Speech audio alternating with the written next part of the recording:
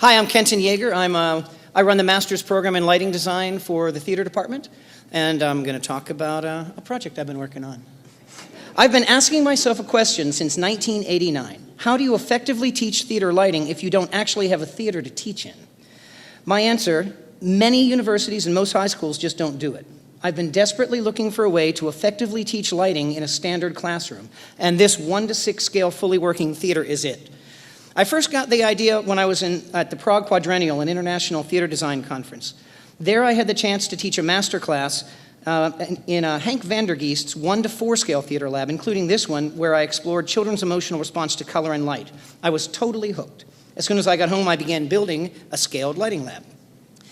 My first one was not so good. It was built from steel and some old lighting gear that I had liberated from the Clarence Brown Theater. The following year, I received university funding to build a larger, more sophisticated 1:4 lab here at UT. It was the first one in the US and only 3 in the world, and it is fantastic. But even though I had this new fabulous 1:4 lab, I continued working on these smaller classroom versions. This is a shot of the second generation 1:6 lab. I was becoming obsessed with the idea that most schools, especially high schools, should have a classroom lab to teach lighting, and there was nothing out there to do it. So I thought, I just need to do that.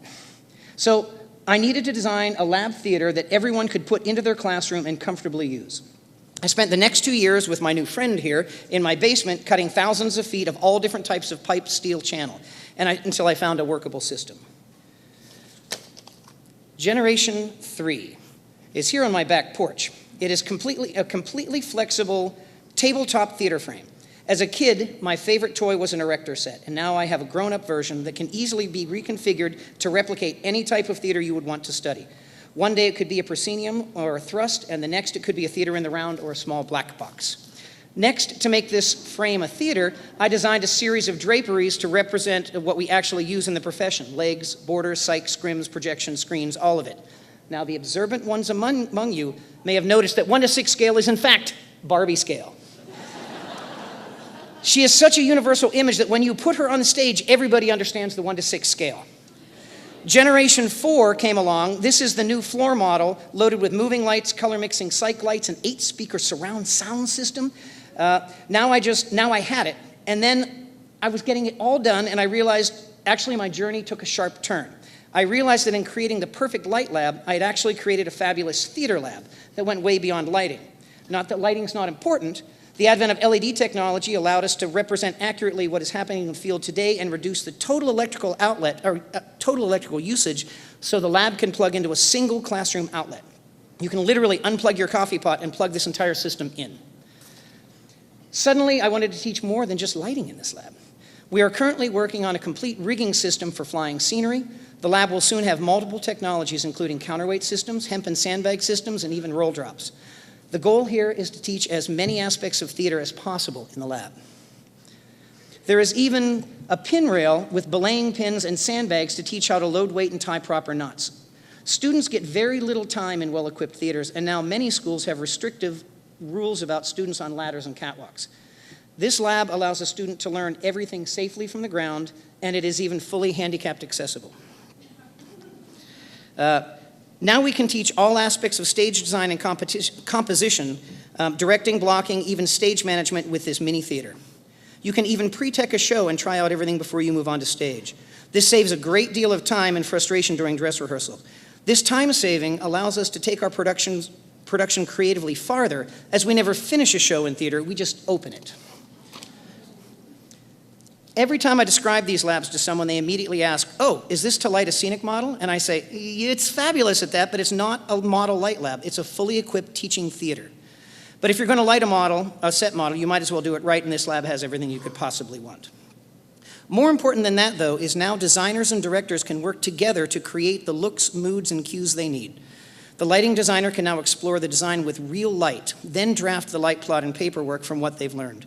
Most designers are still sitting at a computer drafting an engineering drawing instead of working with light. I hope this new tool changes that habit. Dance is notorious for not ever having enough time in the theater. This lab allows the choreographer, the stage manager, and all of the designers to work out both creative choices and technical details before they hit the stage and the mad time crunch begins. The work becomes so much more sophisticated when there is time to explore the creative possibilities together. We are beginning to experiment with flying actors as well as scenery. How cool would it be to have a fully working flying rig in your classroom to pre-choreograph productions and teach students the creative and technical requirements of aerial design? We also have added full stage front and rear video projection capability. This now allows sound, lights, and media to all work together.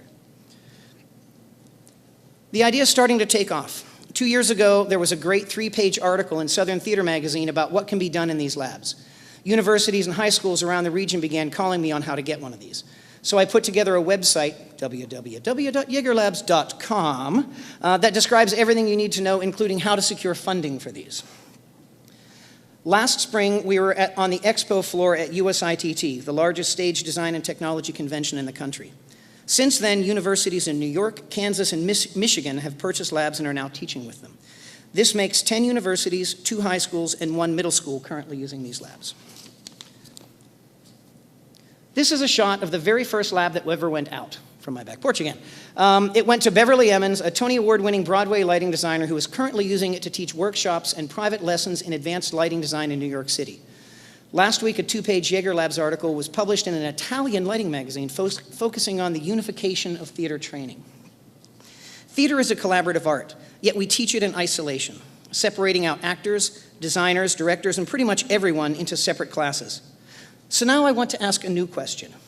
What if we use a tool like this to get us all in the room together to discover the communal art that is theater? If the training echoed the art, how might that advance the field? Thank you. And I'm out of time.